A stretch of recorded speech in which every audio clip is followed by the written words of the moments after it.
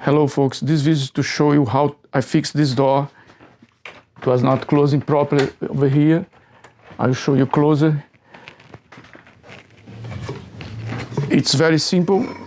You just use a piece of wood, it could be a 2x4, any wood, and you bang it. It doesn't have to be so strong. You just bang it once or a few times, but try not to overdo it. This is it. I'll show you closer how I did. This is a good door. It's a little dirty, but it's a good door. You can see the review here is perfect all the way. But over here, it was going towards this way. Going towards just this point here. You can see it was touching over here for years, Since this door was installed, this always happened because it had to push a little bit over there. And the hinges are perfect. I checked first. This hinge is perfect. This hinge is perfect. This hinge is perfect. You have to check out the hinges.